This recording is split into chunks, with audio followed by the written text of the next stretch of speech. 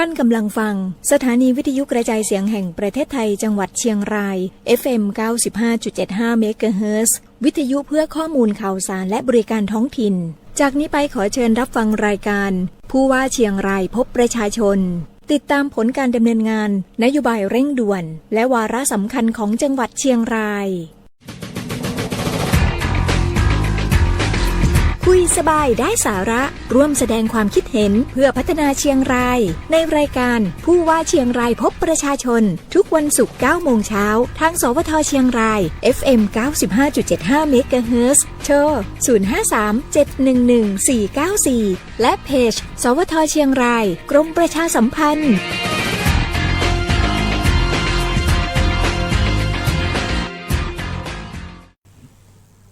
สวัสดีครับสวัสดีค่ะสวัสดีคุณผู้ชมคุณผู้ฟังทุกท่านนะคะต้อนรับสู่รายการผู้ว่าเชียงรายพบประชาชนค่ะเป็นเวลาดีทุกเช้าวันศุกร์นะคะ 9 โมงเช้าถึง 10 โมงเราจะมาเจอกันที่นี่ค่ะที่สวทเชียงราย FM 95.75 เมกะเฮิรตซ์และทางแฟนเพจ Facebook นะคะสวทเชียงรายกรมประชาสัมพันธ์แน่นอนค่ะว่าวันนี้เราต้อนรับท่านผู้ว่าราชการจังหวัดเชียงรายของเรานะคะสวัสดีค่ะสวัสดีครับน้องเจมส์หนูต่อยครับดีใจครับวันนี้ได้มาพบกับทุกท่านนะครับท่านชูชีพพงษ์ชัยนะคะวันนี้เจอกับท่านผู้ว่าราชการจังหวัดเชียงรายของเราแน่นอนและแน่นอนค่ะว่ารายการผู้ว่าเชียงรายพบประชาชนเป็นรายการที่จะมาสื่อสารเรื่องราวประเด็นสำคัญที่พี่น้องประชาชนอยากจะทราบนะคะรวมไปถึงนโยบายการดูแลพี่น้องประชาชนในรอบสัปดาห์ที่ผ่านมาอยู่แล้วและแน่นอนว่าสัปดาห์ที่ผ่านมาค่ะท่านผู้ว่าคะเรามี1งานสำคัญประเพณีศักดิ์สิทธิ์ของชาวเชียงรายนะคะนอกเหนือจากนั้นเรื่องนี้นะคะจะต้องมี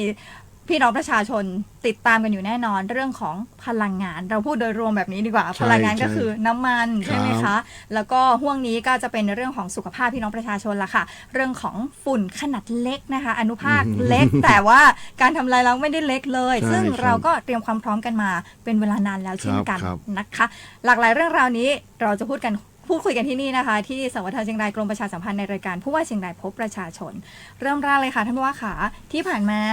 เรามีประเพณีศักดิ์สิทธิ์ที่เกิดขึ้นในรอบสัปดาห์ที่ผ่านมาก็คือประเพณีนมัสการและส่งน้ำพระธาตุดอยตุงท่านผู้ว่าราชการจังหวัดเชียงรายท่านชูชีพพงษ์ชัยเดินทางไปร่วมพิธีตั้งแต่ไม่ว่าจะเป็นเดินจาริกแสวงบุญใช่ไหมคะท่านว่าเล่าให้เราฟังหน่อยได้ไหมคะบรรยากาศเป็นยังไงบ้างโอ้เรียนพี่น้องประชาชนทุกท่านนะครับว่าตัวผมเองก็เป็นครั้งแรกครับตัวพี่เองก็เป็นครั้งแรกหนูต่อยแล้วก็คือถ้าโดยตัวเองครับก็ขอเรียนว่าขอน้อมนำบุญนะครับอนุโมทนาบุญในประเพณีสำคัญเนื่องในวันมาฆบูชานะครับก็คือประเพณีส่งน้ำพระธาตุนะครับกราบนมัสการนะครับที่เมื่อกี้บอกว่าโดยตัวเองก็คือเป็นพระธาตุประจำปีเกิดครับพระธาตุปีกุล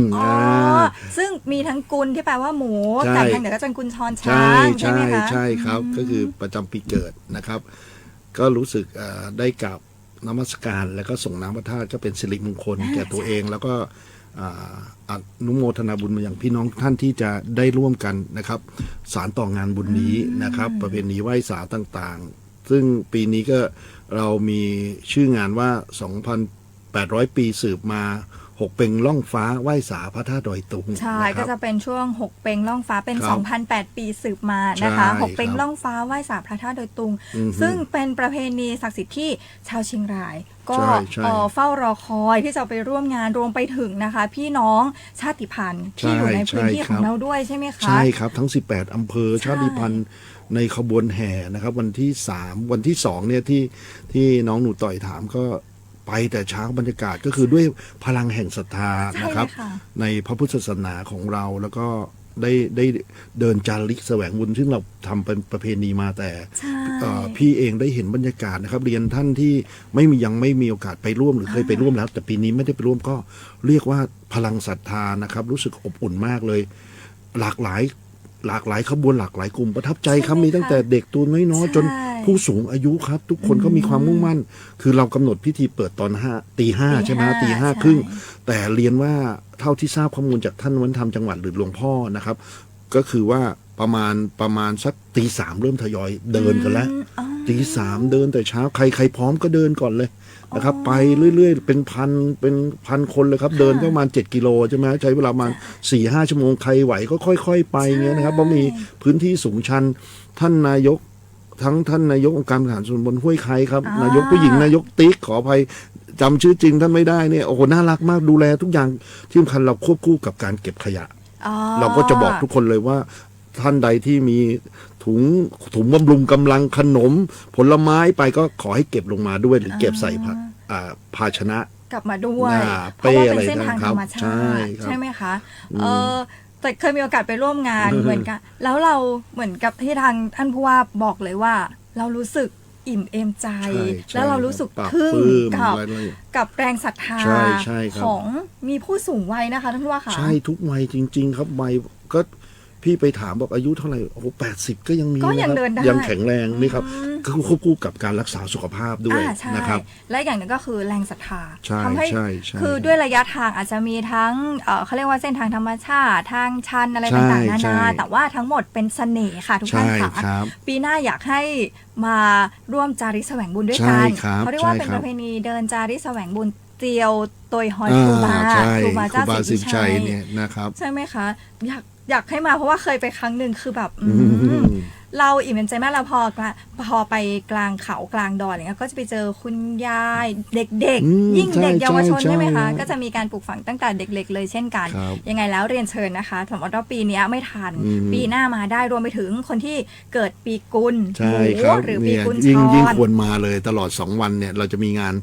2วันในแต่ละช่วงเวลานะครับเป็นกิจกรรมที่สำคัญทั้งหมดเลย ใช่แล้วค่ะนี่ก็เป็นอีกหนึ่งงานบุญนะคะ ที่นำมาฝากการสร้างแรงศรัทธานะคะ สร้างกำลังใจให้กับพี่น้องประชาชนชาวเชียงรายแต่ว่าช่วงนี้อาจจะเรียนแจ้งนิดนึงว่าเราจะใช้เส้นทางเขาเรียกว่าถ้าเป็นคนในพื้นที่จะบอกเส้นทางเก่า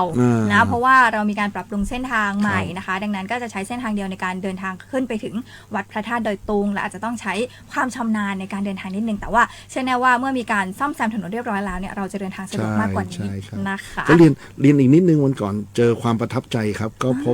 พบทีมผอโรงพยาบาลแม่สาย อ๋อ เพราะว่าพระธาตุดอยตุงอยู่ที่ พื้ โร น งพ ที่ ยาบาล อำเภอแม่สาย ปรากฏว่าคุณหมอสมเลิกครับ ท่านผอโรงพยาบาลก็บอกว่าโอกาสนี้ทุกปีครับเขาเรียกว่าเตียวรับน้องไปด้วยมีเตียวรับน้องพยาบาลใหม่ๆ คุณหมอใหม่ๆที่เข้ามาประจำอยู่ที่โรงพยาบาลแม่สายน่ารักมากเลยครับ มากันประมาณ50-60 ท่าน มิน่าล่ะหนูก็เห็นแล้วว่าวันนั้นเห็นท่านผอและชาวคณะอีกหลายคนเลย นั่นแหละครับ ก็เลยเป็นสิ่งที่ใช้คำที่น้องหนูต่อยบอกเลยก็คือว่าเป็นอะไรนะอิ่มเอมใจปราบปลื้มใจใน ใช่ ท้องทาง แล้วก็แสดงว่าถ้าอย่างเงี้ยพี่น้องประชาชนอุ่นใจได้เลย คุณมี รับ คุณหมอ รับ และ ใช่ คุณพยาบาล ใช่ครับ ดูแลตลอดเส้นทาง ใช่ แล้วก็ ครับ เขาจะมีจุดที่ให้ดูแลเรื่องพยาบาลเหมือนกันนะคะ ใช่ ไม่ว่าจะ ใช่ เป็นสเปรย์ฉีดอะไร ไม่ต้อง ต่างๆ ห่วง นานา เลยนะครับ เรามีทั้งการดูแลเรื่องความปลอดภัยนะครับ หรือหน่วยรักษาพยาบาลพร้อมครับในแต่ละปีครับ ถูกต้องแล้วนะคะยังไงก็เรียนเชิญนะคะ ครับ ปีหน้า6เป็งล่องฟ้าไหว้สาพระธาตุดอยตุงซึ่งห่วงของการจัดงานก็จะอยู่ประมาณนี้แหละค่ะ ครับ ไม่ปลายเดือนกุมภาพันธ์ก็ประมาณต้นเดือนมีนาคม ครับใช่ นะ ครั คะ บ ติดตามไปด้วยกันนะคะเรียนเชิญทุกท่านมาเที่ยวเชียงรายบ้านเรานะคะ ครับ แล้ววันนั้นก็คือพอเสร็จสิ้นจากงานพระธาตุดอยตุง ช่วงบ่ายก็จะเป็นตักน้ำทิพย์พิธีตักน้ำทิพย์เพื่อจะนำมาส่งน้ำในวันรุ่งขึ้นคือวันที่3ครับก็พี่ก็เหมือนกันได้มีโอกาสเดินขึ้นลงบันไดจากที่ บ่อน้ำทิ พ พย์ ระ ใช่ โบ ไหม สถ คะ ลงไปที่บ่อน้ำทิพย์128 ขั้นคูณ2ก็356 ใช่ค่อนข้างชันเหมือนกันนะคะ ดีรู้สึกก็เหมือนกันครับ รู้สึกอิ่มเอมในพลังแห่งศรัทธาที่เป็นการสืบสานประเพณีของจังหวัดเชียงรายเราแต่ดั้งเดิมโบราณครับรู้สึกพิธีมีความศักดิ์สิทธิ์มีความสำคัญมากอยากจะเชิญทุกท่านได้ไปร่วมพิธีนี้เหมือนกันครับปีหน้านะครับครับผม ใช่ แล้วก็ ค่ะ เสร็จแล้วก็มาสมโพธิ ใช่ สมโพธิเวลาประมาณ6 โมงโอ้โหบทสวดครับท่านหลวงพ่อท่านเจ้าคุณวัด พุทธิว วั ง ด ศ์วิพัฒน์ วัดพระธาตุหลวงปู่บุญมาเราเนี่ยนะครับ ก็เรียกว่าสวดบทมหา ค่ะ บทมหา ที่เป็นบทสวด มหากายะสุตตังเนี่ยฮะเรียกว่าท่านที่ได้ปฏิบัติธรรมเนี่ยนะครับ ได้บทนี้บทสวดนาน แล้วก็พวกเราก็ได้สวดตามครับ ก้องกังวานไปทั่วดอยตุงใช่ไหมคะ ใช่ครับ ถ้าเอ่ยนามบทสวดผิดก็ฝากสายพระพุทธได้คุณแจ้งกันด้วยนะครับ แต่ว่าพอสมโพธิเสร็จด้วยบรรยากาศด้วย ครับ อีกวัน ผม รุ่งขึ้นวันที่3แล้วปีนี้เนี่ยคือเป็นปีที่สุดยอดจริงๆเพราะว่าตรงกับวันมาฆบูชา ครับ ช่วงเช้าตี 5ก็จะมีพิธีใส่บาตร ครับ ใช่ไหมคะท่านผู้ว่าก็ไปตั้งแต่เช้าเหมือนกั ใช่ น ครับ ไป ดี ร่วมทำบุญตักบาตร โอ้โหเรียกว่าแถวยาวเลยก็ ใช่ ศรัทธา ค่ะ ญาติโยมไม่ว่าจะเป็นพี่น้องประชาชนท่านภาคราชการภาคเอกชน ภาคประชาชนนะโอ้โหยาวด้วยครับโอ้โห แล้วเราจะ เป็น มี ภา พี่ พ น้อง ที่ ชาติ สวยงาม พัน มาก ธุ์พี่น้อง นะ ไท ครับ ยใหญ่ก็มาเหมือนกัน ใช่ใช่ครับมาหลากหลายชาติพันธุ์เลยครับ ใช่แล้วปีนี้มีในส่วนของการจัดทำตุงซาวา ครับ นะคะ อืม ที่จากในส่วนของสภาวัฒนธรรม ครั แต่ บ ละอำเภอก็จะเป็นอีกหนึ่งสัญลักษณ์นะคะในการแทนเป็นตัวแทนของพี่น้องที่อาจจะสูงอายุอยู่ในต่างอำเภอนะ ครั คะ บ ก็สามารถมาร่วมงานได้ผ่านในส่วนของการจัดทำตรงนี้นะคะ ก็จะเป็นอีกหนึ่งสัญลักษณ์ของเมืองเหนือบ้านเรานะคะ ใช่ ยังไงฝากไว้นะคะ ปีหน้าค่ะสำหรับงานประเพณีนมัสการและส่งน้ำพระธาตุดอยตุง ครับ ปีหน้าก็จะเป็น 2009 ปีนะคะ ใช่ สืบมา6เป็งล่องฟ้าไหว้สาพระธาตุดอยตุงมา ก็ เที่ยวเชียงราย ก็เสริมน้อง อืม น้องหนูต่อยนิดนึงก็ ค่ะ คือที่สำคัญก็คือพระบาทสมเด็จพระเจ้าอยู่หัวครับ ค่ะ สมเด็จพระนางเจ้าพระบรมราชินีและสมเด็จพระนิธิธิราชเจ้า ค่ะ กรมสมเด็จพระเทพรัตนราชสุดา สยามบรมราชชนนีเนี่ยทรงโปรดเกล้าครับพระราชทานน้ำสงฆ์พระราชทานโดยตุงผ้าไตรพระราชทานและผ้าห่มพระราชทานนะครับ ผ้าห่ม เป็น พ ประ ราช จำ ทาน ปีของเราครับ เป็นประจำทุกปีถือเป็นพระมหากรุณาธิคุณของชาว ครับ เชียงราย ใช่ บ้านเรา ใช่ครับ นะคะ ที่เราได้น้อมเกล้าน้อมกระหม่อมนะครับสำนึกในพระมหากรุณาธิคุณร่วมกันครับ ใช่แล้ววันนั้นท่านผู้ว่าก็นำทั้งหัวหน้าส่วนราชการแล้วก็พี่น้องประชาชน ใช่ ร่วมกันห่มผ้าพระธาตุนะคะก็ถือเป็นประเพณีสำคัญยิ่งนะคะของเราชาวเชียงราย รับบุญรับเรื่องราวดีๆ ไปพร้อมๆกันนะคะสำหรับปีนี้ค่ะ และแน่นอนค่ะวันนั้นเราไปก็คือด้วยพระธาตุเดินตรงอยู่ในพื้นที่ของอำเภอแม่ ครั สา บ ย ใช่ครับ พอลงมาเสร็จเรียบร้อย ท่านผู้ว่าราชการจังหวัดเชียงรายก็ติดตามอีกหนึ่งเรื่องราวสำคัญเลย ซึ่งก็อยู่ ครั ใน บผม ความห่วงใยของพี่น้องประชาชน เรื่องของพลังงานของเรา ใช่ ในตอนนี้ใช่ไหมคะ ใช่ใช่ อืมวันนั้นพอเราลงดอยมาเราก็จะเห็นเรื่องของการรอเติมน้ำมัน ใช่ ไหมคะท่านผู้ว่า โอ้ คะ ทุกปั๊มเลย อืม แถวยาวเหยียด เพราะอย่างที่ทุกท่านทราบนะครับ ก็เกิดขึ้นสถานการณ์จากโลกสถานการณ์โลกนั่นเองครับ ที่ตะวันออกกลางของ ใช่ เราจะทราบเรื่องของระหว่างประเทศ ค่ะ นะครับ ก็จะเป็นข้อขัดแย้งระหว่างประเทศ เราก็คงสดับตับฟังข่าวนะครับ ค่ะ ระหว่างประเทศทั้งมหาอำนาจหรือประเทศในตะวันออกกลาง อย่างที่เราทราบอยู่เพราะฉะนั้นผลกระทบที่ได้เกิดขึ้นเนี่ยก็ต้องเรียนว่าท่านนายกรัฐมนตรีครับและรัฐมนตรีว่าการกระทรวงมหาดไทยท่านอนุทินชาญวีรกูลเนี่ยท่านก็สั่งการด่วนเลยนะครับ ในส่วนของภูมิภาคทุกจังหวัดนะครับ ผู้ว่าราชการจังหวัดทั้ง76จังหวัดก็คือท่านปลัดกระทรวงมหาดไทยครับ ค่ะ ท่านนันสิทธิ์สัมพันธรัตน์ก็ได้มอบหมายด่วนเลยครับ ข้อสั่งการเนี่ยเราตั้งแต่5 ทุ่มคืนวันก่อนแล้วนะครับ ก็คือให้ดูในเรื่องของการให้บริการพี่น้องประชาชนด้านพลังงานนะครับ น้ำมันเชื้อเพลิง เรื่องการจัดตุนสินค้านะครับ ค่ะ เป็นข้อสั่งการที่สำคัญเลย แล้วก็ให้พยายามที่จะสื่อสารคือบอกเล่า พูดคุยสร้างการรับรู้กับพี่น้องประชาชนว่าเราไม่ตื่นตระหนกกับข่าวดังกล่าวเพราะค่อนข้างจะอยู่ห่างตัวแต่ก็ไม่ประมาทนะครับ เราตระหนักได้แต่เราจะไม่ตื่นตระหนกนะคะ ใช่คือตระหนักว่ามันเป็นปัญหาที่ว่ามันอาจจะกระทบเราอย่างที่ว่า เพราะว่าเราเนี่ยพึ่งพาการผลิตน้ำมันเชื้อเพลิงจากประเทศตะวันออกกลางใช่ไหมครับแต่จากข้อมูลก็อยากจะเรียนนะครับได้ขยายความไปทีเดียวเลยว่าจากผลการประชุมเนี่ยที่ได้รับแจ้งจากพี่น้องกระทรวงต่างประเทศเนี่ยก็บอกว่าทางตะวันออกกลางเราอะใช้ต้นทุนตรงนี้ประมาณ 60%ครับนอกนั้นอีก 40%เรายังมีทุนสำรองจากแหล่งอื่น เพราะนั้นเรียนพี่น้องประชาชนครับว่าโดยตามข้อมูลข้อเท็จจริงเนี่ยกระทรวงพลังงานก็ย้ำนะครับโดยกรมธุรกิจพลังงานว่าในส่วนของน้ำมันเชื้อเพลิงอะเรายังเหลือพอนะครับก็คือเรามีสต็อกที่ลักษณะสต็อกไว้ในประเทศแล้วก็อยู่ระหว่างการขนส่ง ก็ยังส่งมาได้ ก็คือพ้นช่วงที่เขาโจมตีท่าเรือแล้ว เพราะนั้นทางกระทรวงพลังงานเลยจึงแจ้งว่า60 วันก็ประมาณ2 เดือน เพราะนั้นเราอุ่นใจได้ อุ่นใจตรงนี้ได้ เพราะฉะนั้นเรียนอย่างนี้ครับพอหลังจากทราบข้อมูลว่าเข้าแถวเติมมีน้ำมันบดบ้าง แต่ตอนนี้ทั้งจากการสอบถามผู้ประกอบการรายใหญ่นะครับสถานีน้ำมันในบ้านเราเนี่ยก็มีมาเติมเรื่อยๆครับเพราะนั้นอย่างวันนี้ครับทราบจากน้องๆทีมงานเอารถไปเติมเนี่ยประมาณ9 โมงคิวโล่งแล้วนะครับก็เพราะนั้น2 วันก่อนคือปรากฏการณ์ที่เราอะไรตื่นเต้นกับข่าว ก็เลยไปรีบออกไปกันนะครับมันก็เลยเป็นการที่ว่าไปแย่งกันนั่นเองนะครับคือในส่วนของเหตุการณ์ที่เกิดขึ้นวันนั้นอาจจะเป็นในส่วนของการที่พี่น้องประชาชนอาจจะตอนเนี้ยด้วยความว่าข้อมูลข่าวสารเราจะมีหลายทิศทางมากๆแล้วบางท่านก็ หลากหลายเนาะ ครับ ก็โอเคงั้นไปเติมกันไว้อะไรอย่างเงี้ยค่ะแล้วปรากฏการณ์นั้นพอเขาเรียกว่าความต้องการของประชาชนมาพร้อมกัน แล้วปริมาณน้ำมันในแต่ละปั๊มที่เขามีอยู่อะค่ะเขาก็เป็นในเรื่องราวปริมาณสต็อกน้ำมันไว้ตามปกติของเขา ครับ แล้วพอเราไปเยอะมันก็หมดมันก็เป็นเรื่องปกติ อืม ก็แต่บางครั้งอะเวลาเสพข่าวไปอาจจะมองว่านั่นไงหมดแล้วอะไรอย่างเงี้ยก็ ใช่ พากันรีบไปเติมอีก ใช่ อะไรเงี้ยเนาะมันก็เลยเหมือนกับว่ามันไม่พอจริง ๆ หรือเปล่า ใช่ส่วน แต่ มาก ใดๆแล้วก็คืออย่างที่ท่านผู้ว่าบอกว่า ณตอนนี้ด้วยภาครัฐเองโดยท่านนายกรัฐมนตรีนะคะ ก็มีการแจ้งออกมาแล้วว่าน้ำมันสต๊อกของเราอะเหลืออีก60 วัน และทั้งนี้ทั้งนั้น บางท่านก็จะมีต่อยอดไปอีกค่ะนายค่ะว่า อ้าวแล้วถ้าหมดล่ะจะทำยังไงแล้วหมดก่อนแล้วจะส่งมาไม่ได้ คือเราไม่ได้นำเข้าน้ำมันจากตะวันออกกลาง ทั้ง 100% นะคะ 100% เรายังมีช่องทางอื่นอีกด้วย และนอกเหนือ ใช่ค จา รั ก บ นั้นตอนนี้ที่ทำควบคู่กันไปก็คือเราทราบแล้วว่าตะวันออกกลางเนี่ยมีปัญหา ครับ เราก็ยังไม่รู้ว่าจะจบเมื่อไหร่ ดังนั้นเราก็ไปหาช่องทางเพิ่มเติมเพื่อที่จะมาทดแทนตรงนี้ ถูก นะ ครั คะ บ ก็จะเป็นแนวทางแบบนี้ ซึ่งวันก่อนมีการสื่อสารออกไปเหมือนกันค่ะว่าความจริงแล้วบางที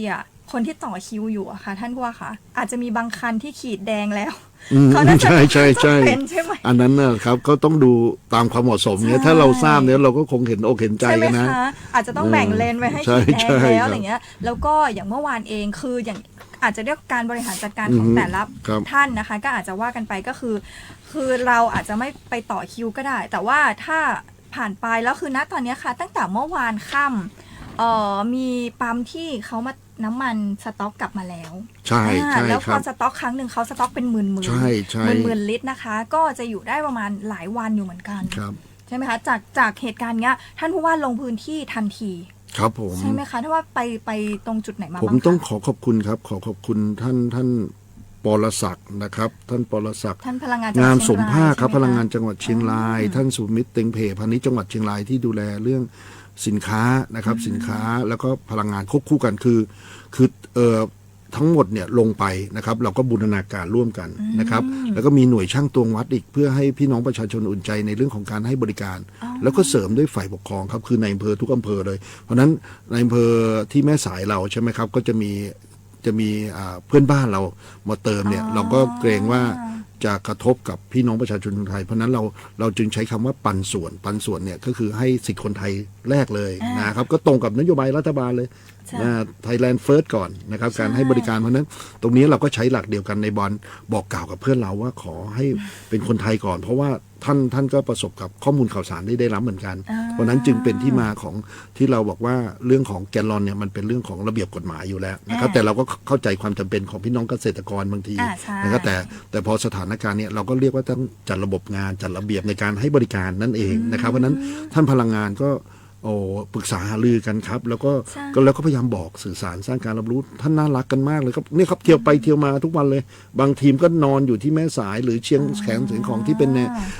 อำเภอแนวชายแดนเราเลยนะครับที่จะมีเพื่อนบ้านมาเติมฝั่งเรานะครับเพราะฉะนั้นทุกทีมทำงานก็ท่านพาณิชย์จังหวัดก็ลงไปควบคู่โดยการกำกับดูแลของท่านรองผู้ว่าจังหวัดท่านนรศักดิ์สุขสมบูรณ์ก็กำกับราคาสินค้าไปด้วยในตัวเลย ช่างตวงวัดก็ไปทำหน้าที่อย่างเข้มข้นครับอยากจะเรียนให้พี่น้องประชาชนนะครับได้รับทราบความห่วงใยของทั้งทันรัฐบาลและจังหวัดเชียงรายเรานะครับ ใช่คืออย่างตอนเนี้ยค่ะท่านผู้ว่าราชการจังหวัดเชียงรายก็เป็นผู้บริหารจังหวัดนะคะ อย่างนี้นเป็นผู้ดูแลทั้งหมด แต่ทั้งหมดทั้งมวลค่ะ ก็จะต้องมีหน่วยงานที่ ใช่ เกี่ยวข้องที่อยู่ใน ใช่ พื้น ค ที่ รับ จะต้องร่วมด้วยช่วยกันเช่นกัน อย่างเหตุการณ์นี้นะคะ เมื่อกี้เราเกริ่นไปแล้วว่าณวันนั้นที่กำลังพีคๆอยู่เลยก็มีพิธีบนดอยตุงแล้วเราลงมาใช่ไหม ใช่ครั คะ บ ท่านผู้ว่าก็สั่งการโดยเร่งด่วนนะ ครั คะ บ ว่าจะต้องลงไปดูแลในส่วนของการจัดระเบียบต่าง ครับ ๆ ท่านพลังงานก็ขานรับทันที ใช่ครับ ซึ่งในส่วนของมาตรการเร่งด่วนที่ท่านผู้ว่าออกมาวันนั้นก็คือมี 6 มาตรการด่วน ใช่ครับ ใช่ไหมคะอ๋ออันแรกเมื่อสักครู่ท่านผู้ว่าบอกไปแล้ว คือบางทีพี่น้องประชาชนอาจจะฟังในช่วงของบางช่วงบางตอนนะคะ อย่างเช่นเรื่องไม่ให้เติมบางทีก็จะมีกระแสพูดกันต่อว่า ใช่ค เอ้า รับ ว่าไม่ให้เติมน้ำมันใส่แกลลอนแล้วเกษตรกรจะทำยังไง ใช่ ไม่ใช่อย่างนั้นนะคะ ก็คือจะมีแนวทางอยู่ ใช่คือเราพยายามมาจัดระบบอย่างที่บอกให้เห็นความสำคัญตรงนี้ใช่ไหมครับ เพื่อทุกคนเนี่ยเราอยู่ อยู่ร่วมกันจะได้รู้ว่าในสถานการณ์อย่างเงี้ยมันเหมือนกับว่าถ้าเกิดเหตุอะถ้าคนนึกถึงคนญี่ปุ่นใช่ไหมครับน้องหนูต่อย ค่ะ ว่าเขาเข้าแถวกันเป็นระเบียบ แล้วทุกอย่างมันผ่านไปด้วยเรียบร้อยนะฮะ ใช่ เราก็คิดว่ามีโมเดลหรือต้นแบบจากประเทศที่มีวินัย เพราะฉะนั้นคนไทยเราก็เป็นคนที่มีวินัยไม่ต่างกับคนอื่นนะครับ จริง ๆ แล้วแต่ทุกคนเนี่ยอาจจะเข้าใจข้อมูลคนละแบบ เพราะฉะนั้นอย่างนี้ยครับทางต้องขอบคุณทาง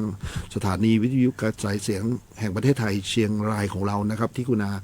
นำข้อมูลต่างๆเนี่ยบอกกับพี่น้องประชาชนหรือทุกภาคส่วนเลยนะครับ ท่านในอำเภอท่านผู้บริหารองค์กรปกครองท้องถิ่นท่านนายกนะครับท่านรัฐมนตรีนายกอบต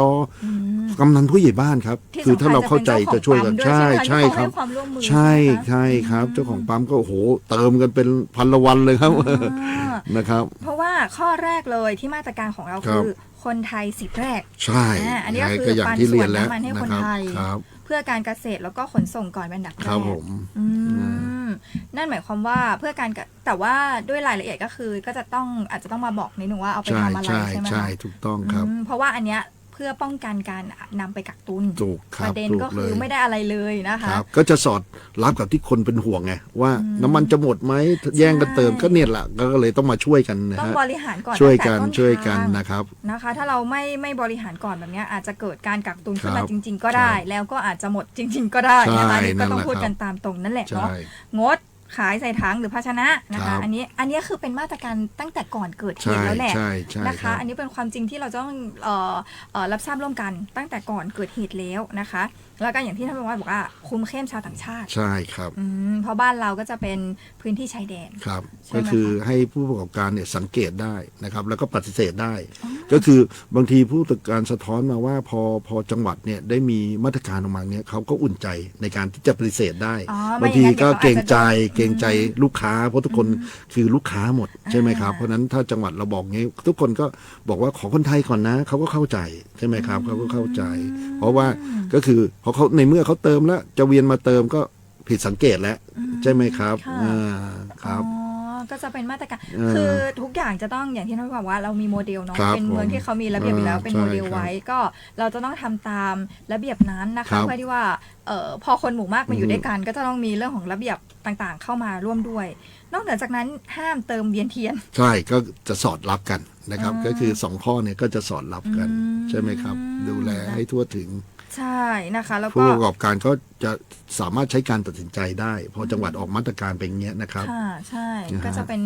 สิ่งที่สอดรับกันนะคะ ใช่ครับ กระจายจุดเติมนั่นหมายถึงบางที เพราะวันก่อนเหตุ ครับ เกิดจากแม่สายก่อน ใช่ ไหม ใช่ครั คะ บ ก็จะมีประเด็นเรื่องของว่าเพื่อนอะไรต่างๆนา ใช่ นาดังนั้นในวันนั้นนะคะ ก็ถ้าหมดก็ใกล้เคียงพื้นที่ใกล้เคียงก่อนแต่ณ ครับ วันนี้เองอะค่ะวันนี้ต้องขออนุญาตแจ้งท่านผู้ฟังว่า ครับ เราบันทึกเทป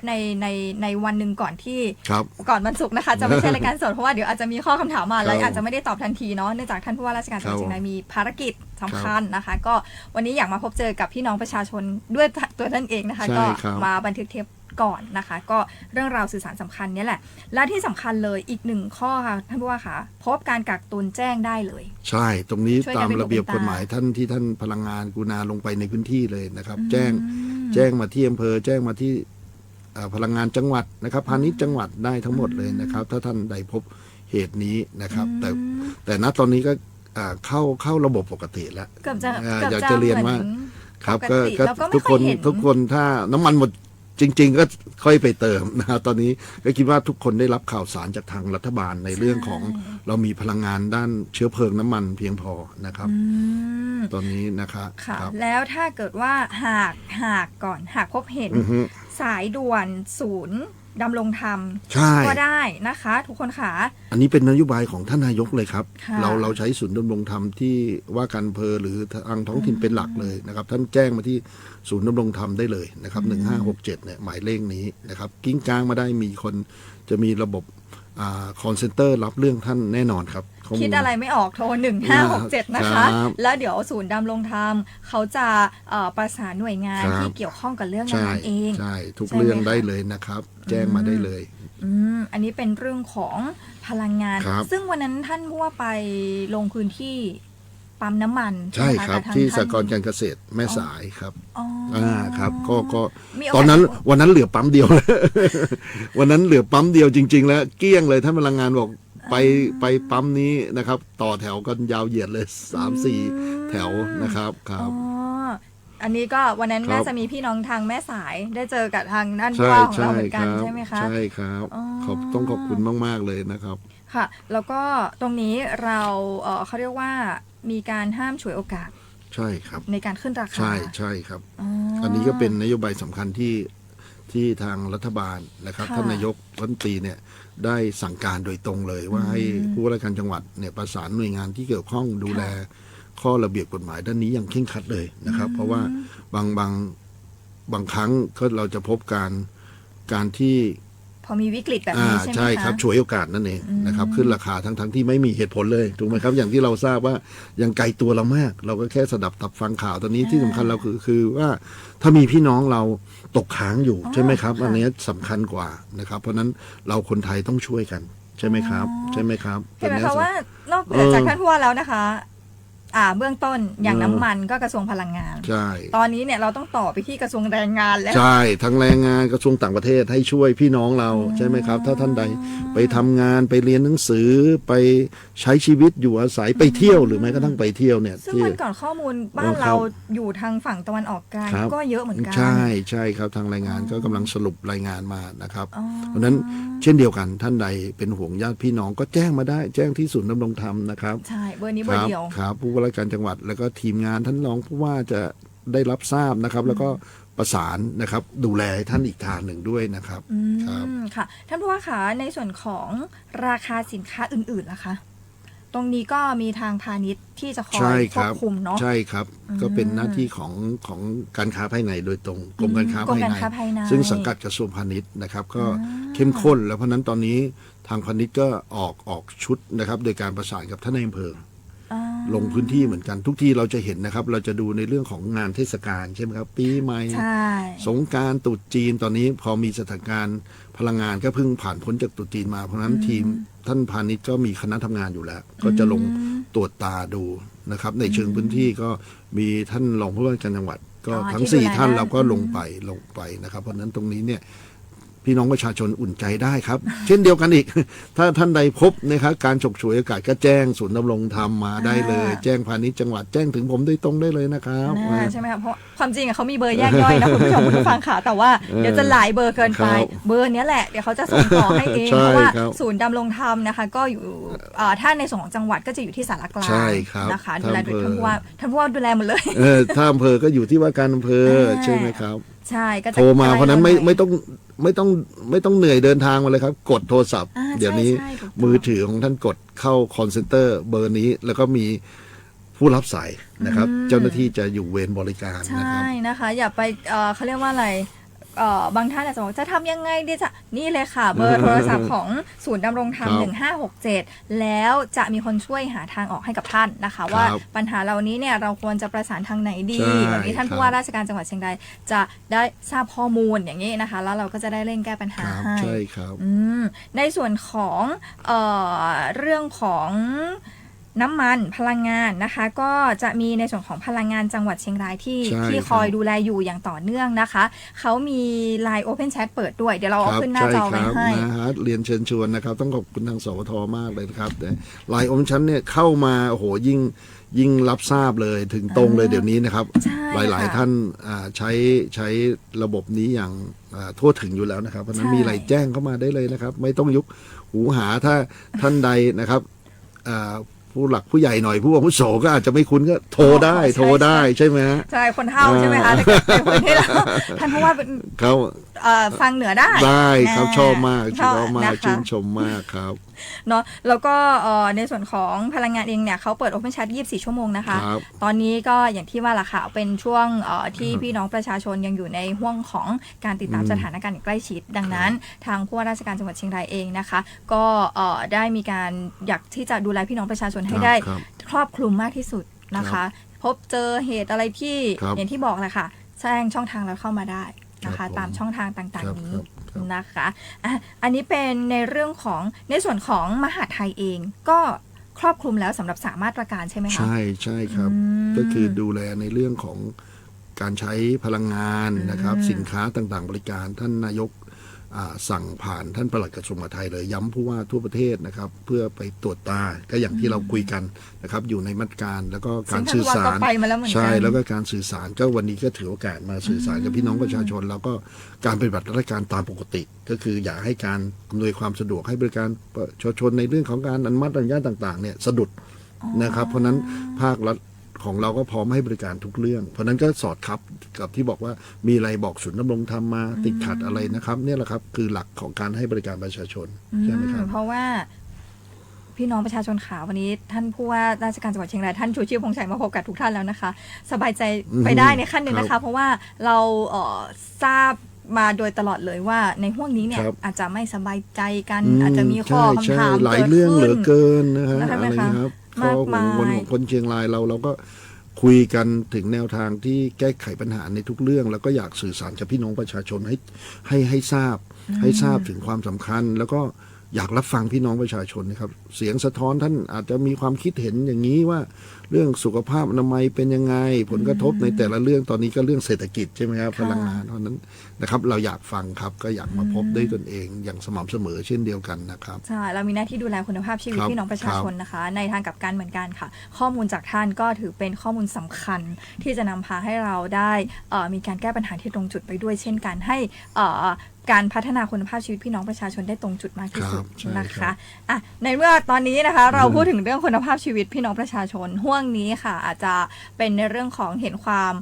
ขมุกขมัวของอากาศใช่ไหมคะใช่โหเรียนว่าด้วยในฐานะที่เป็นผู้อยู่อาศัยในเชียงรายนะครับทั้งในฐานะปฏิบัติหน้าที่ผู้ราชการจังหวัดและในฐานะประชาชนที่อยู่ เป็นคนเชียงรายแล้วไหมคะใช่เพราะแม่คนเชียงรายอย่างที่บอกน้องหนูต่อยตั้งแต่แรกแล้วนะครับว่าแม่คนเชียงคำนี่ก็คือแยกจากเชียงรายเมื่อปี 2521 ภาคภูมิใจมากอันนี้คนเชียงรายดั้งเดิมนะคะทุกคนที่ทำงานที่จังหวัดเชียงรายก็ได้มาทำงานบนแผ่นดินเกิดแม่นะครับก็ยิ่งดีใจมากเพราะนั้นทุกวิถีทางที่คนเชียงรายครับร่วมกันคิดร่วมกันทำปรึกษาหรือเพื่อป้องกันแก้ไขปัญหาร่วมกันมาดีมากผู้ว่าราชการจังหวัดท่านก่อนนะครับส่วนราชการที่เกี่ยวข้องเนี่ยร่วมกันทำมาดีมากๆรวมถึงพลังภาคเอกชนเราเข้มแข็งภาคประชาสังคมภาคประชาชนเรามีส่วนร่วมตลอดดีมากๆเลยครับเพราะนั้นสิ่งต่างๆที่พอได้รับรู้รับฟังแล้วก็คือมาทำงานในปีปัจจุบันที่เรามาปฏิบัติหน้าที่นั่นเองครับใช่คือพอเราพูดถึงเรื่องคุณภาพอากาศเราอาจจะพบเจอกันมาหลายปีมากๆนะคะแต่ใดๆแล้วก็คือเราได้รับการร่วมมือจากพี่น้องประชาชนด้วยดีมาโดยตลอดแต่ทั้งนี้ทั้งนั้นใช่ค่ะด้วยคุณภาพอากาศอย่างที่บอกไปมีทั้งปัจจัยทั้งภายในก็คือบ้านเราเองกับปัจจัยภายนอกซึ่งในส่วนของภายนอกเองก็มีการขอความร่วมมือกันมาโดยตลอดเช่นกันอย่างล่าสุดเองท่านว่าก็มีการไปทำแนวกันไฟใช่ครับทั้งสองพื้นที่ในที่นี้ว่าก็คือทั้งสองความเป็นพี่น้องทั้ง3ประเทศคือประเทศไทยนะครับประเทศสาธารณรัฐประชาธิปไตยประชาชนลาวสาธารณรัฐสหภาพแห่งเมียนมานะครับวันที่25เนี่ยไปที่ภูชีฟ้าเราก็คึกคักครับถึงบอกอย่างน้องหนูต่อยบอกภาคประชาชนเราเข้ามามีส่วนร่วมภาคผู้นำท้องถิ่นท้องที่เช่นเดียวกันครับเมื่อวันที่4หลังจากเสร็จพิธีส่งน้ำพระธาตุโดยตรงนะครับก็ขึ้นไปที่เวียงพังคำแม่สายเขตติดชายแดนนะครับบริเวณผาหิผาหมีนะครับที่ติดกับชายแดนฝั่งแล้วก็ของที่วันที่5ที่ฝั่งไทยกับลาวภูชีฟ้าเนี่ยเรียกว่าเป็นรองเจ้าแขวงมาเองทั้งชัยบุรีแล้วก็หลวงน้ำทาใช่บ่อแก้วครับก็ไปมาทั้งสองพื้นที่นะครับส่วนที่เมื่อวานก็ผู้ว่าท่าขี้เหล็กมาเองครับผู้ว่าท่าขี้เหล็กมาเราก็ทำแนวกันไฟร่วมกันแล้วก็มีการประชุมเรื่องมาตรการของทั้งสองฝั่งแล้วก็ว่าให้ข้อเสนอแนะแลกเปลี่ยนข้อมูลของกันว่าเราควรจะเสริมยังไงได้นะครับแล้วก็ช่วยเหลือกันนั่นเองแบบบ้านพี่เมืองน้องทั้งสองฝั่งก็เป็นสิ่งที่ดีแต่อย่างที่น้องหนูต่อยบอกว่าเราอยากจะสื่อสารแบบนี้ครับว่าถึงชื่นชมพี่น้องเกษตรกรนะครับหลายๆพื้นที่ที่เราลดการเผาได้อย่างดีนะครับพื้นที่เผาไหม้เรียนเลยด้วยนโยบายที่เข้มข้นของรัฐบาลที่ท่านนายกรัฐมนตรีสั่งการด้วยก็คืออยากจะเรียนพี่น้องอย่างนี้ครับว่าในภาพรวม17จังหวัดภาคเหนือเราเนี่ยที่มีสถานการณ์ที่จะต้องเกี่ยวข้องกับการป้องกันและแก้ไขปัญหาไฟป่าหมอกควันตลอดระยะเวลาหลายปีที่ผ่านมาลดลงครับลดลงนะครับจากข้อมูลเปรียบเทียบเมื่อระหว่างปี 67 68 แล้วมา ค่ะ 69ในช่วงของต้นปีนี้อยากจะเรียนว่าพื้นที่เผาไหม้ก็ลดลงประมาณ 50%นะครับจำนวนจุดเผาไหม้หรือที่เรียกว่าฮอตสปอตก็ 50%เหมือนกัน เพราะนั้นนี่คือปัจจัยภายในที่น้องต่อยบอกแต่นี่ครับก็น่าเสียดายมากสิ่งที่เราป้องกันด้วยปัจจัยภายใน แล้วในขณะที่ความร่วมมือระหว่างประเทศ ซึ่งก็คือปัจจัยภายนอกนะครับที่เราควบคุมได้แล้วก็เรียนเลยว่าเมื่อวานที่พบท่านผู้ว่าท่าขี้เหล็กท่านก็มีความมุ่งมั่นมากครับท่านชวนต่างหน่วยงานทรัพยากรธรรมชาติสิ่งแวดล้อมหน่วยทางด้านสาธารณสุขอะไรก็มากันประมาณ20กว่าท่านครับมาฝั่งเรานะครับมาประชุมที่เทศบาลตำบลเวียงพังคำนะครับแต่ก็เรียนว่าก็ได้กราบเรียนท่านไปเหมือนกัน เพราะว่าถ้าเราศึกษาจากหลักวิทยาศาสตร์ครับข้อมูลทางระบบดาวเทียมซึ่งดาวเทียมที่ใช้เนี่ยก็มีทั้งจิสดาของไทยนะครับแล้วก็ทางสิงคโปร์ทางฝั่งประเทศพม่าก็ดูทางสิงคโปร์เขาก็รับทราบครับรับทราบข้อมูลว่าตอนนี้เนี่ยเรียนว่าเมื่อกี้ของเราลดลง 50% อยากจะเปรียบเทียบว่าอย่างจุดเผาไหม้ครับอย่างต้นปีของเราปีแล้ว500กว่านะครับปีนี้มา200เองครับก็ครึ่งแต่ว่า เทียบในเวลาเดียวกัน แต่ในเทียบกับประเทศเพื่อนบ้านนะครับเราก็คงไม่ได้กล่าวตำหนิใครแต่เราก็ทำงานร่วมกันลักษณะระหว่างประเทศนะครับที่เราพูดคุยกันในข้อตกลงต่างๆก็คือว่าอันนี้เป็นข้อเท็จจริงที่อยากจะสื่อสารเรียนพี่น้องประชาชนว่าที่ผมถึงใช้คำว่าน่าเสียดายว่าเรารักษามาได้อย่างดีฟ้าใสวันที่เราขึ้นไปกราบนมัสการแล้วส่งน้ำพระธาตุพอลงมาอีกวันหนึ่งเมื่อวานนะครับก็ขมุกขมัวไปทุกพื้นที่เลยก็คือภาวะเรื่องของลมสภาพภูมิอากาศที่พัดมาจากประเทศเพื่อนบ้านนั่นเองนะครับเพราะว่าก็ขออนุญาตเรียนตามหลักติดเลยว่าจุดฮอตสปอตของประเทศเพื่อนบ้านเราเนี่ยโหขึ้นหลายหมื่นจุดเพราะนั้นเยอะมากนะครับเพราะนั้นเนี่ยปัจจัยที่เราเห็นว่าจากฟ้าใสอยู่ดีๆเมื่อวันที่3พอวันที่4ขมุกขมัวมาถึงตัวเมืองเชียงรายไปถึงพานถึงแม่สวยปกคลุมทุกพื้นที่เลยในขณะเดียวกันครับในจุดเผาไหม้ของจังหวัดข้างเคียงบ้านเราก็พัดขึ้นมาทางเหนือก็คือพัดจากล่างขึ้นมาทางเหนือนะครับก็มารวมกันที่เชียงรายนะครับผมถึงบอกว่าเราก็คงต้องช่วยกันนะครับตอนนี้ผมคิดว่าในเมื่อมันเกิดขึ้นแล้วโดยที่เราไม่ได้ก่อให้เกิดจริงๆนะครับต้องขอบคุณพี่น้องประชาชนคนเชียงรายเราทำงานกันอย่างได้ผลอยากจะเรียนว่าด้วยความมุ่งมั่นที่ท่านได้ปรึกษาหารือกันมานะครับทุกภาคส่วนเลยไปในทิศทางที่ดีแล้วแต่นี่ครับเป็นปัจจัยเหนือการควบคุมเลยแล้วก็ภาวะเพราะนั้นตอนนี้สิ่งที่ต้องดำเนินการคือการป้องกันดูแลสุขภาพแล้วนะครับถึงแม้จุดเผาไหม้จะไม่ได้อยู่ใกล้เราแต่ควันที่มาก็คือ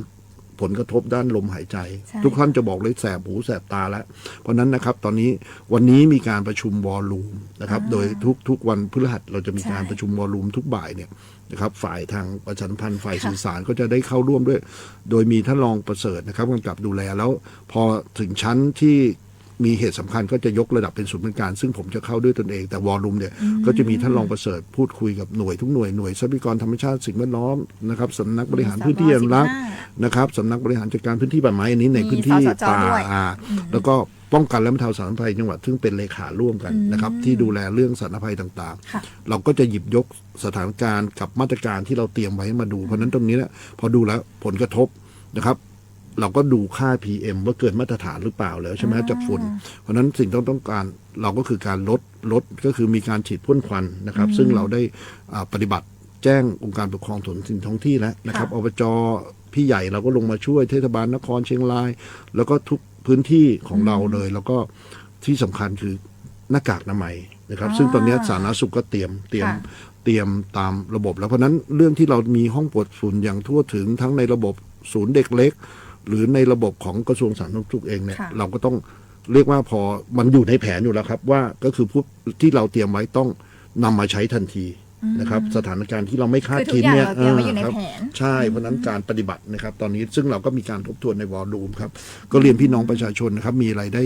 แจ้งท่านนายอำเภอได้ทันทีนะครับถึงความต้องการต่างๆที่เราดูแลหรือที่สำคัญที่ใกล้ตัวของท่านก็คือองค์กรปกครองที่นั่นเองไม่ว่าจะเป็นองค์การบริหารส่วนตำบลนะครับบอกนายกบอกสมาชิก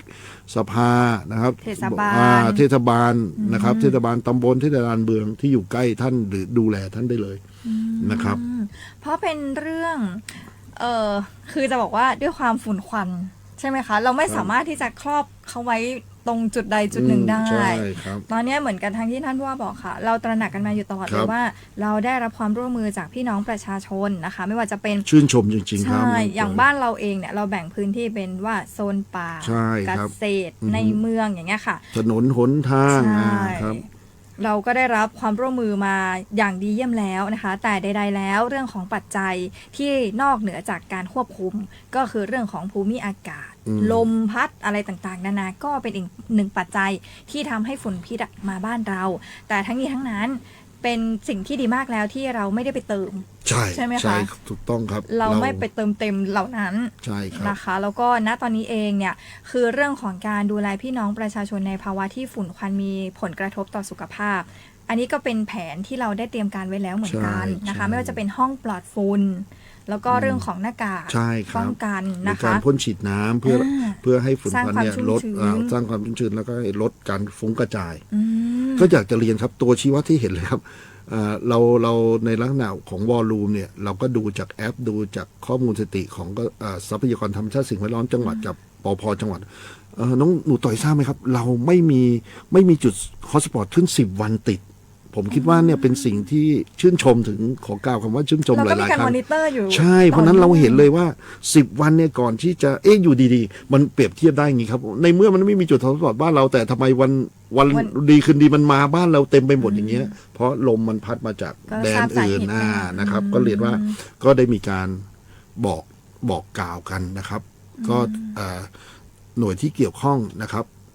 ของประเทศเพื่อนบ้านเรานะครับ ก็บอกแล้วว่าจะไปสั่งการอย่างเข้มข้นนะครับ มันก็เป็นปัจจัยครับเป็นปัจจัยที่นอกเหนือการควบคุมจริง ๆ เพราะว่าลักษณะของประเทศเพื่อนบ้านเราเขาก็มีเรียกว่ามีกลุ่มชนกลุ่มน้อยที่เขากำกับดูแลไม่ได้ อันนี้เราต้องเข้าใจจริง ๆ นะครับ เราต้องเข้าใจ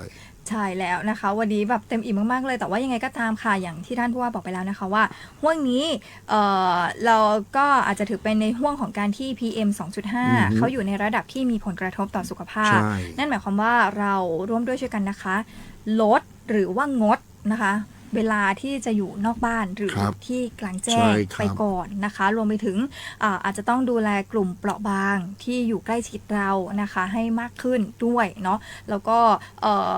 เหมือนกันเลยค่ะอย่างที่ท่านผู้ว่าบอกว่าขอบคุณเป็นอย่างยิ่งนะคะสำหรับความร่วมมือจากพี่น้องประชาช ใช่ น ครับสำคัญที่สุดครั เนาะ บ แล้วเราจะผ่านวิกฤตนี้ไปด้วยกันนะคะ ช่วงท้ายรายการละค่ะท่านว่าค่ะวันนี้พูดคุยกันแบบรวดเร็วมากเลย แต่ว่าพี่น้องประชาชนสามารถที่จะส่งกำลังใจหรือข้อคำถามต่างๆมาได้ผ่านทางคอมเมนต์เพจ Facebook ได้เลยนะคะ หรือจะอินบ็อกซ์มาหาเราก็ได้ท่านผู้ว่าราชการจังหวัดเชียงรายท่านชูชีพพงษ์ชัยบอกแล้วว่ายินดีเป็นอย่างยิ่งที่จะดูแลพี่น้องประชาชนในให้ครอบคลุมในทุกๆด้านค่ะ ช่วงท้ายแล้วค่ะท่านว่าค่ะเรียนนี้มีเรื่องราวฝากถึงพี่น้องประชาชนทิ้งท้ายไหม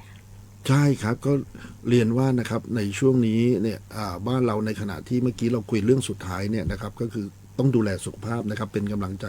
ให้ทุกท่านในเรื่องของการสวมแมสกิจกรรมกลางแจ้งอย่างที่น้องหนูไต่บอกในทุกด้านเลยเราก็ต้องระมัดระวังบางคน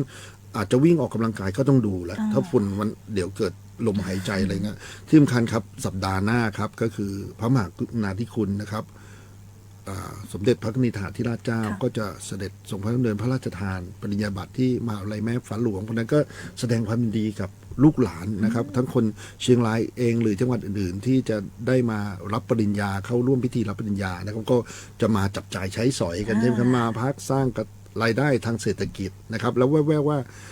สายคุณครูครับคุณครูทั่วประเทศจะมาบ้านเราครับประมาณเกือบ10,000 คนเพราะนั้นเนี่ยครับก็ที่เราคุยกันเรื่องของการรักษาบรรยากาศอากาศที่ดีไว้นะครับ ก็เพื่อรองรับใครๆมาบ้านเราจริงๆครับ วันนี้ครับหลักสูตรของผู้ตรวจครับผู้ตรวจทุกกระทรวงมาบ้านเราประมาณเกือบ100 คนครับ ทุกกระทรวงเลยมานะครับ ก็เนี่ยใครๆเลือกเชียงรายมาเป็นสถานที่ประชุมสัมมนาจริง ๆ ครับ เป็นเมืองที่มีมนต์เสน่ห์ทุกคนอยากมาสัมผัสเพราะนั้นก็อยากจะเรียนว่าเราก็คงเป็นเจ้าบ้านที่ดีนะครับด้วยการต้อนรับแขกแก้วมาเยือนนะครับ ใช่ค่ะร่วมกันเป็นเจ้าบ้านที่ดีนะคะ เพื่อที่ว่า ไม่ว่าใครก็ตามค่ะที่มาเชียงรายแล้วมาครั้งแรกแล้วก็ต้องมาครั้งที่2และครั้งที่3ต่อไปแน่นอนนะคะทั้งนี้ทั้งนั้นทั้งหมดทั้งมวลเลยค่ะสำหรับการเข้ามาในพื้นที่จังหวัดเชียงรายก็เป็นการต่อยอดและพัฒนาเศรษฐกิจฐานรากบ้านเรานั่นเองอย่างที่ท่านผู้ว่าบอกนะคะมาร่วมกันเป็นเจ้าบ้านที่ดีต้อนรับแขกเรือที่จะมาบ้านเรานะคะไม่ว่าจากคณะไหนก็ตามนะคะ วันนี้ต้องกราบขอบ ค คุณ รับ ค่ะ ขอบคุณครับด้วยความยินดีอย่างยิ่งครับ แล้วมีโอกาสได้พบบ่อยๆครับ ถูกต้องแล้วนะคะอย่าลืมนะคะทุกวันศุกร์ค่ะ 9 โมงเช้าถึง 10 โมงเราจะมาพบกันที่นี่นะคะสวทเชียงรายกรมประชาสัมพันธ์กับรายการผู้ว่าเชียงรายพบประชาชน ทุกเรื่องราวนะคะที่ท่านผู้ว่าราชการจังหวัดเชียงรายต้องการที่จะสื่อสารกับพี่น้องประชาชน หรือแม้แต่เรื่องราวไหนก็ตามที่พี่น้องประชาชนต้องการติดต่อสอบถามสามารถติดต่อผ่านทางนี้ได้หรือว่ารับฟังผ่านทางรายการได้เลยนะคะพบกันใหม่ในวันศุกร์หน้านะคะกับรายการผู้ว่าเชียงรายพบประชาชนวันนี้ลาไปแล้วสวัสดีค่ะ สวัสดีครับ ขอบคุณครับ ขอบคุณน้องหนูต่อยครับ สวัสดีครับ